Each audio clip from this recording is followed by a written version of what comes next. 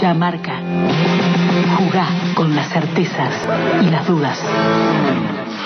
Fue el jefe del bloque, el Frente para la Victoria, y el ministro de Defensa entre mayo del 2013 y ahora, hasta hace unos días, y acaba de ser electo como diputado del Parlasur por el Frente para la Victoria también. Te voy a hacer la misma primera pregunta que el otro día le hice a Forster, el sábado pasado. En lo personal, ¿te sentís, ahora que estás afuera del cargo, de lo que fue la actividad parlamentaria más fuerte, te sentís que aliviado, bueno, es una etapa que se tenía que venir y por lo tanto nos encontraré en otro lugar y ya tengo que estar pensando, de hecho vas a ser diputado del Parlasur en otro puesto te vas a tomar un tiempo, te tomás reposo, estás con autocrítica, ¿cómo estás? Es una mezcla de sensaciones y encontradas, digamos, algunas. En primer lugar, trato de dimensionar lo que fueron estos 12 años, ¿no? Y la enorme alegría y el agradecimiento, siempre lo digo esto, a Néstor y a Cristina por haberme permitido ser protagonista estos 12 años. Yo soy un militante político, empecé a militar contra la dictadura militar. Uh-huh. Durante muchos años, en la década del 90, yo pensé que esto no lo íbamos a vivir nunca. Uh-huh. Entonces, haberlo vivido y haber participado con ese nivel de protagonismo durante 7 años y medio presidente del bloque y después ministro, integrar el equipo de la presidenta es un orgullo enorme. Yo siento una enorme satisfacción por haber podido haber realizado todas las cosas que hicimos durante todos estos años y conformidad con lo que yo hice, digamos, ¿no? Con mi desempeño. ¿Por qué decís dimensionar, Agustín? Porque en el momento pensás que no lo... No, porque a veces las cosas más pequeñas o las vicisitudes que tiene la política no es una cosa lineal, tiene de todo la política. Por ahí te puede llegar a decir, y yo creo que nosotros, los militantes políticos y sobre todo los dirigentes que estuvimos con niveles de responsabilidad, tenemos que dimensionar que somos en algún lugar partes de un proceso histórico que cambió radicalmente la Argentina, y aquellos que, a mí cuando me dicen vos sos kirchnerista, le digo soy pre-kirchnerista, porque yo pensaba esto antes de Néstor y Cristina en el gobierno. Después Néstor y Cristina hicieron más de lo que yo pensaba, digamos, no más de lo que yo quería que se iba a hacer. Eso es esta oportunidad es una oportunidad histórica y que yo creo que hay que dimensionarla. Yo tengo 56 años, 12 años de esto es el 15% de mi vida. Uh-huh. Si le resto otro 20% que son los años de la juventud, digamos, no, bueno, de mi vida política significa 1/3 de mi vida política, hace 30 años que milito, o 26, 27 años que milito, 1/3 de mi vida política, pudiendo realizar una cantidad de cosas que siempre pensé y que además en algún momento pensé que nunca se iban a poder concretar. Recién hacías alusión a los 90 y decías, aludías a cuando por entonces pensabas, como pensaba mucha gente, que ya no había retorno. ¿Y ahora que hubo retorno? No, yo creo que son dos situaciones distintas, ¿no? ¿Por qué? Porque nosotros ahora tenemos cosas para defender. El neoliberalismo de los 90 se montó sobre la hiperinflación de Alfonsín, o sea, sobre la frustración que todos, inclusive yo, que era un militante de la juventud peronista, tuvimos de la primavera democrática. Uh-huh. Se montó sobre los 7 años de dictadura y la última referencia del peronismo no era una referencia convocante, que era la referencia del peronismo del 73 al 76. Uh-huh. Entonces, acá vos tenés cosas para defender que sucedieron hace 20 días atrás, o que sucedieron hace 15 días atrás, en todo punto de vista, ¿no? Y yo creo que se ha producido una transformación Los 12 años no fueron en vano, como tampoco fueron en vano los 10 años de neoliberalismo, que le cambió la cabeza a muchísimos tipos, digamos, hombres y mujeres, ¿no? Y estos 12 años tampoco fueron en vano si hay una gestión para defender, hay activos que nosotros como espacio político tenemos. Los 12 años de gestión, el liderazgo de la presidenta, la figura de Daniel Scioli, las organizaciones políticas, la militancia silvestre, esa militancia empoderada que tuvo un rol protagónico durante todos estos años, durante la última parte, el último tramo de la campaña, así que hay muchísimas cosas como para defender. La líder del espacio que va a defender esencialmente lo que acabas de señalar se llama Cristina Fernández. ¿Cuál es tu posición con eso? Porque hay diferencias, sabes que hay diferencias, seguramente las vivís, de hecho creo que ahora va a ser una reunión de la Corriente Nacional de la Militancia, pero ¿cómo estás vos, Agustín Rossi, frente a esa tensión de que peronismo sin kirchnerismo no hay, pero kirchnerismo sin peronismo tampoco, de que se necesitan mutuamente, y los roces que se sabe que hay internamente en torno de quién va a conducir la oposición a este gobierno? ¿Qué pasa ahí adentro? Primero, ¿Del peronismo o del kirchnerismo? Sí, en términos generales, digamos, ¿no? Yo nunca en general he entrado en esa disyuntiva porque tampoco nunca sentí demasiadas contradicciones en mis propias identidades. Mi identidad de peronista convive muy bien y muy cómodamente con mi identidad de kirchnerista, sí, y conviven muy bien con el liderazgo de Cristina. Eso lo quiero decir con claridad. El liderazgo de Cristina es incuestionable. Incuestionable a mi criterio. Digamos, no hay otra dirigente capaz de producir el hecho que se produjo el 9 de diciembre en la Plaza de Mayo. No existe. Esto es... Está claro, yo comparto, pero sos consciente de que no todos en el peronismo... No, bueno, esto es un dato de la realidad, como dije que recién nombré así genéricamente de los activos.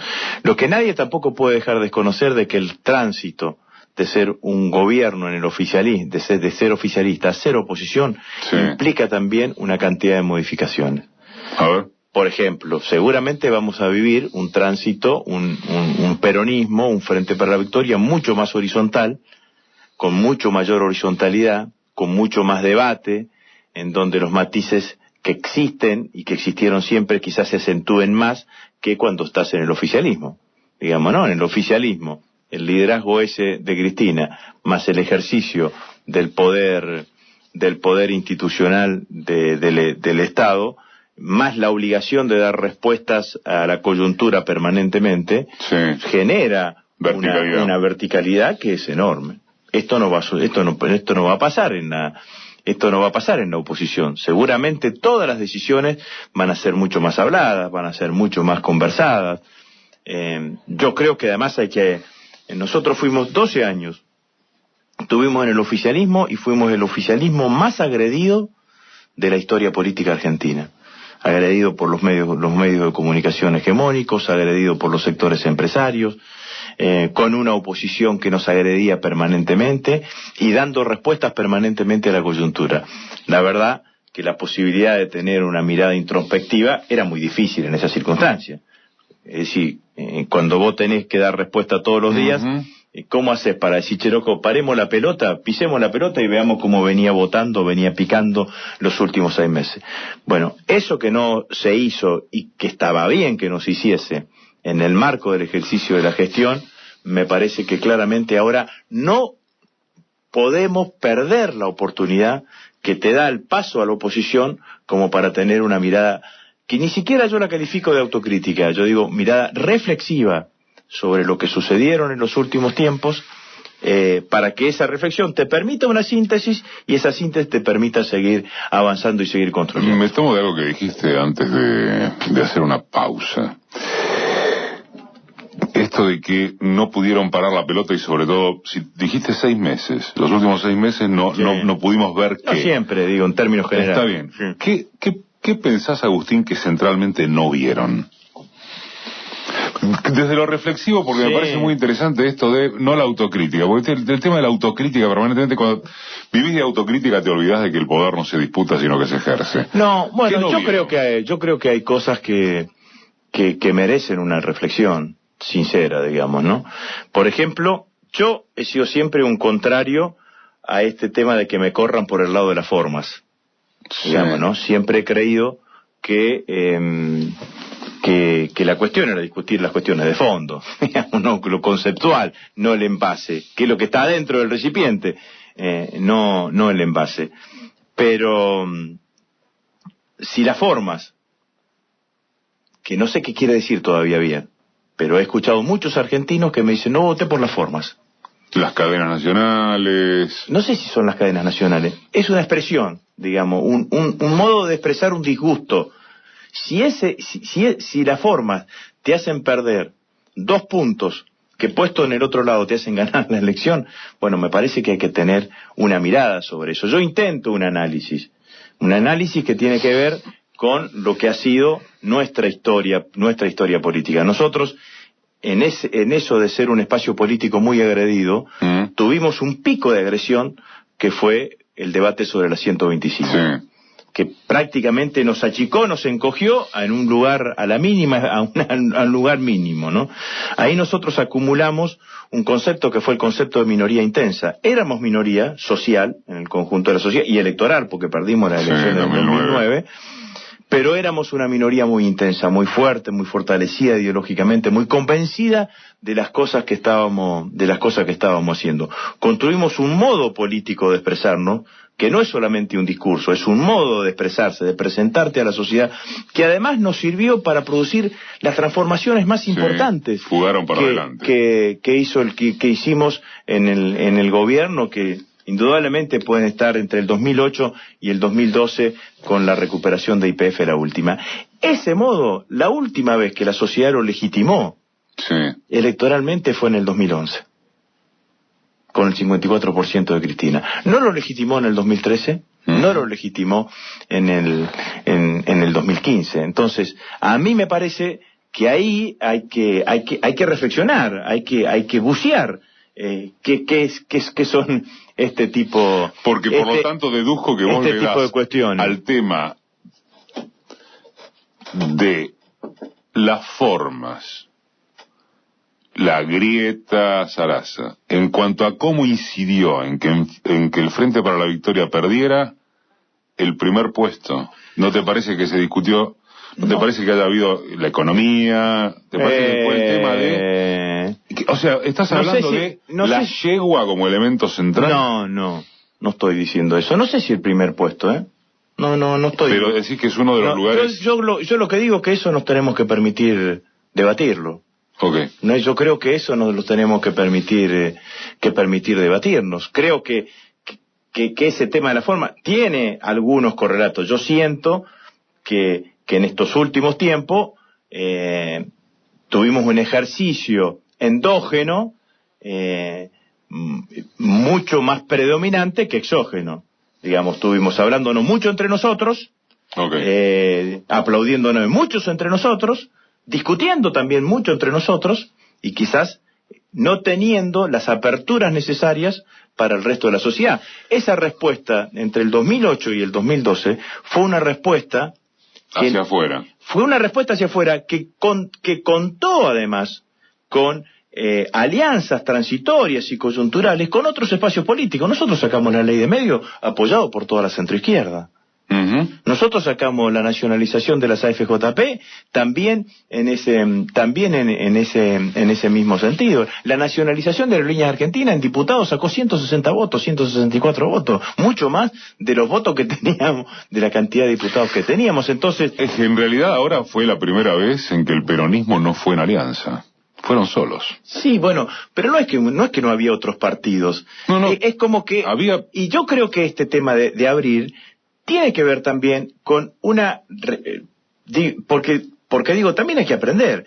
Hay un hecho, yo el otro día se lo decía a un grupo de compañeros. Nosotros ganamos la elección del 2007 con Cristina. Sí, 40 y pico. 46, 47% de los votos. En enero, febrero, Néstor Kirchner estaba hablando con Labaña ¿Te acordás? Sí. Que había sido el tercero en la elección para sumarlo.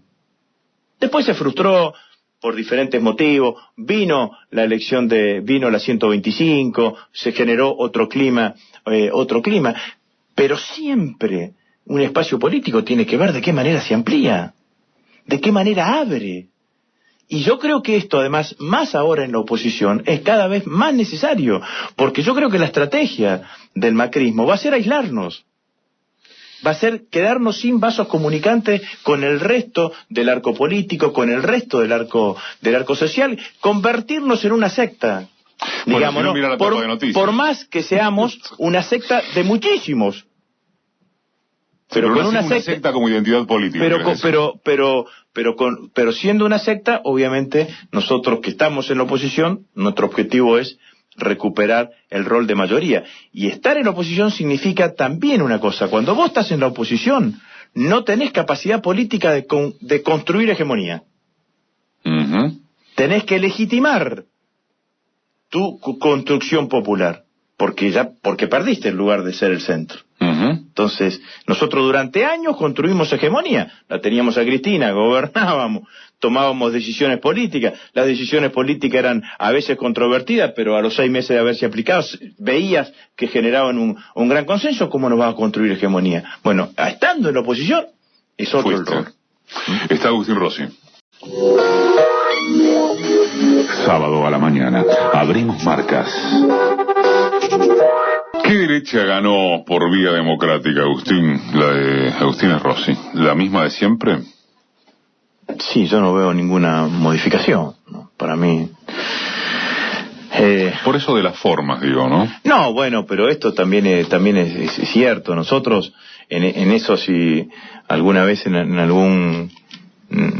alguna reflexión con otros compañeros, digo, nosotros fuimos un gobierno que no ponderamos los grados de republicanismo y los gestos de republicanismo que hemos tenido como gobierno. Cuando nosotros llegamos, cuando hablan de los decretos de necesidad y urgencia, los decretos de necesidad y urgencia no tenían mecanismo de tratamiento legislativo. Se firmaban y se trataban, y quedaban.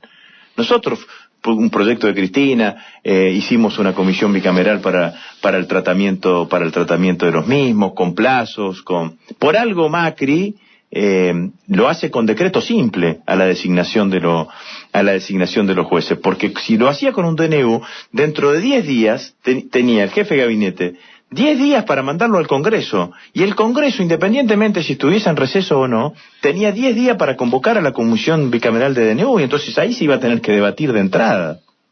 Entonces, pero nosotros hicimos eso. Con el tema de la Corte, no solamente Néstor se autolimitó con la designación con el 222, sino que cuando teníamos una Corte de 9 y teníamos designados 7 miembros, la redujimos a 5 con un proyecto de Cristina.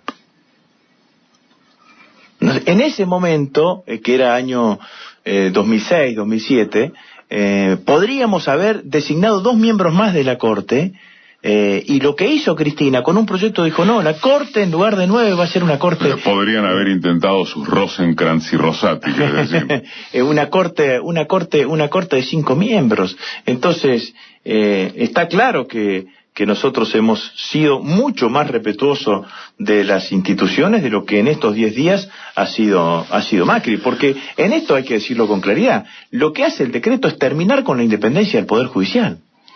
Porque si vos designás a 2 miembros por decreto de la Corte Suprema de Justicia, significa que lo podés cambiar por decreto. Entonces decime, terminás tirás por la borda el principio de que la estabilidad de los jueces es un requisito indispensable para la independencia del Poder Judicial. ¿Cuál es el riesgo más grande para el espacio político del progresismo encarnado en el Frente para la Victoria? ¿Que a Macri le salgan bien las cosas o que ustedes no sepan hacerlas? No, el riesgo más grande para nosotros es el que dije recién, es aislarnos. Nosotros tenemos que construir una forma y un estilo político que nos permita ser un espacio político abierto, con vasos comunicantes con el conjunto de la sociedad. Pero ponémelo en nombres propios a eso. Te lo voy a poner en los militantes. Dale, a ver.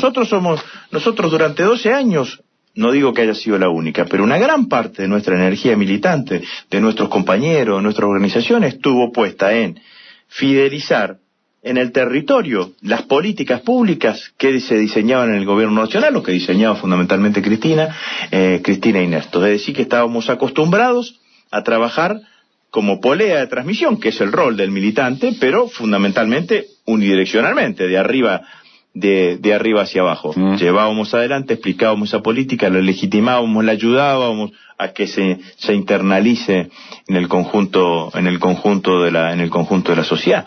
Bueno, eso no va más, porque las políticas las diseñan otros. Entonces, ¿qué hacen nuestros militantes ahora? Nuestros militantes me parece que tienen que estar fundamentalmente, algunos están insertados, pero si no, hay que mirar una reinserción en todo lo que significa lo que son las organizaciones libres del pueblo, diría el primer peronismo, o más moderno las entidades intermedias, pero los clubes barriales, las asociaciones vecinales, las asociaciones cooperadoras, donde la sociedad que quiera participar está, y que nosotros también estemos ahí, acompañando el ejercicio de la oposición. Exige de que uno explique, pero también exige mucho de escuchar. Hay que escuchar a la sociedad, y entonces en eso también abrís el espacio.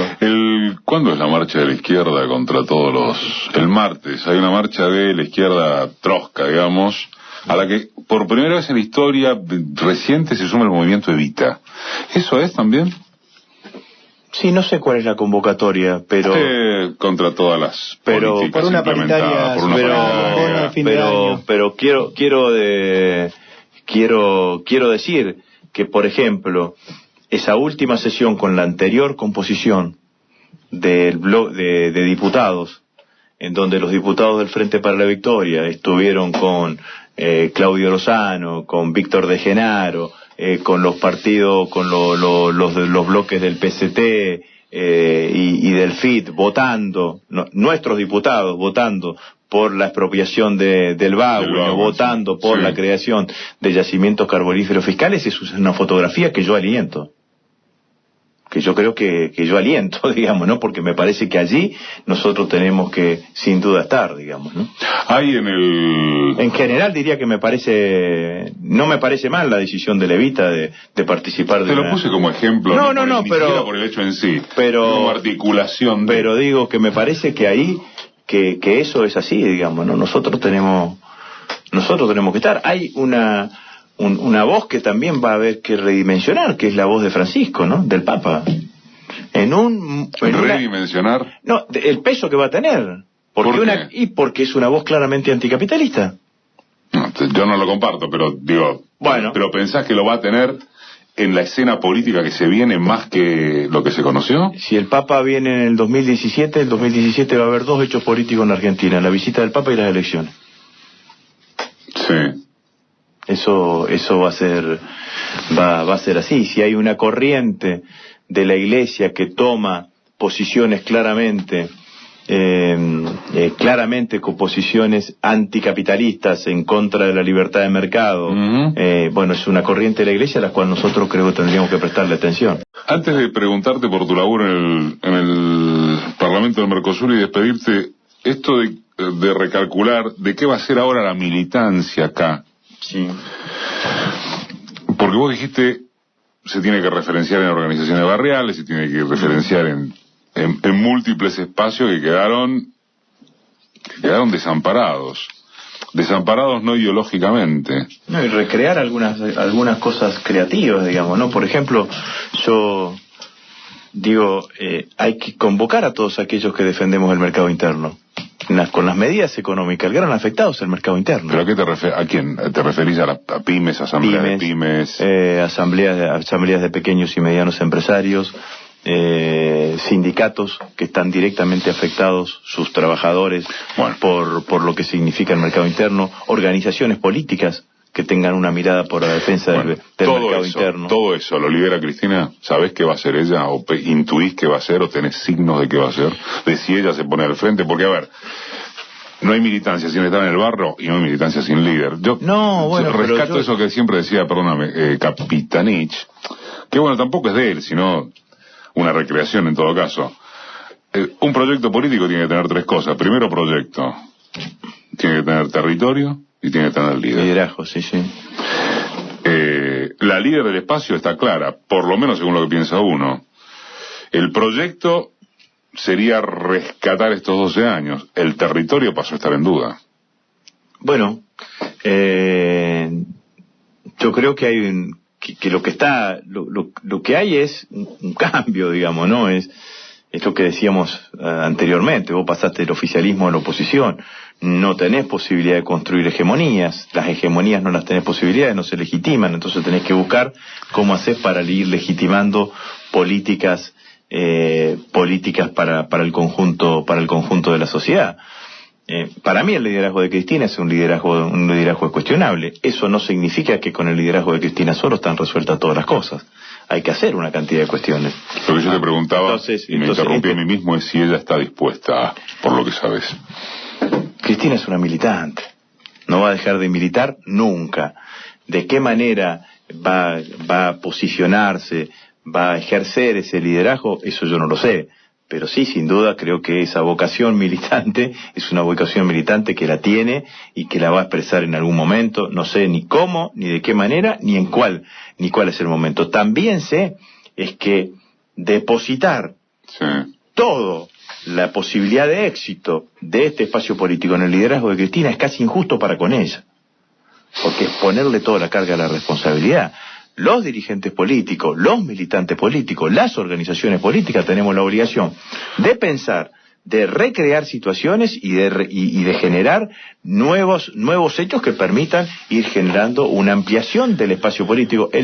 Yo, si tengo que describir la próxima etapa, es una etapa donde necesariamente tiene que haber más horizontalidad como actitud política, en términos generales.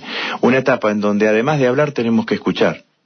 Una etapa en donde el verbo que tenemos que conjugar es abrir las fronteras permanentes de nuestro espacio político.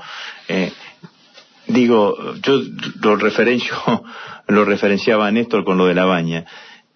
La transversalidad no era una suma dirigente, era una política. Era decirle a los argentinos, nosotros creemos esto, pero con nosotros solos no alcanza para producir todas las transformaciones que tenemos que producir.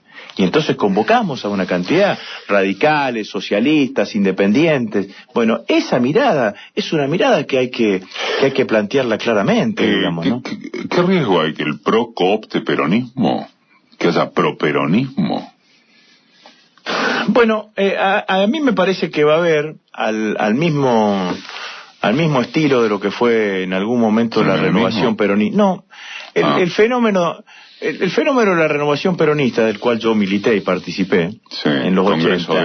En los 80, ¿qué fue? Fue una respuesta del peronismo a un modo cultural nuevo, que era la democracia, el alfonsinismo y demás. Bueno, yo creo que puede haber la tentación de algunos de tener una respuesta del peronismo a este modo cultural que está ejerciendo el macrismo, digamos, ¿no? Esta idea de que qué bueno somos todos amigos, qué bueno que dialogamos entre todos, y mientras ustedes dialogan, yo te meto 2 jueces de la corte, 2 miembros de la corte por la ventana, digamos, ¿no? Entonces yo creo que eso puede llegar a aparecer y puede llegar a existir. Las situaciones son absolutamente distintas. La renovación peronista dejaba atrás a Herminio y a Lorenzo Miguel en ese momento, digamos, ¿no? Hoy lo que hay de este lado, en el cual yo estoy claramente, es muchísimo más fuerte que cualquier otra cosa. ¿Qué vas a hacer con el Parlamento del Mercosur, que mucha gente conceptúa además como un gran verso, porque va a entrar a funcionar dentro de demasiado, porque ya cobran? No está bien visto esto. Bueno, lo primero que hay que decirle es que está funcionando, que hemos jurado y que no cobramos, y que no sabemos cuándo nos van a pagar.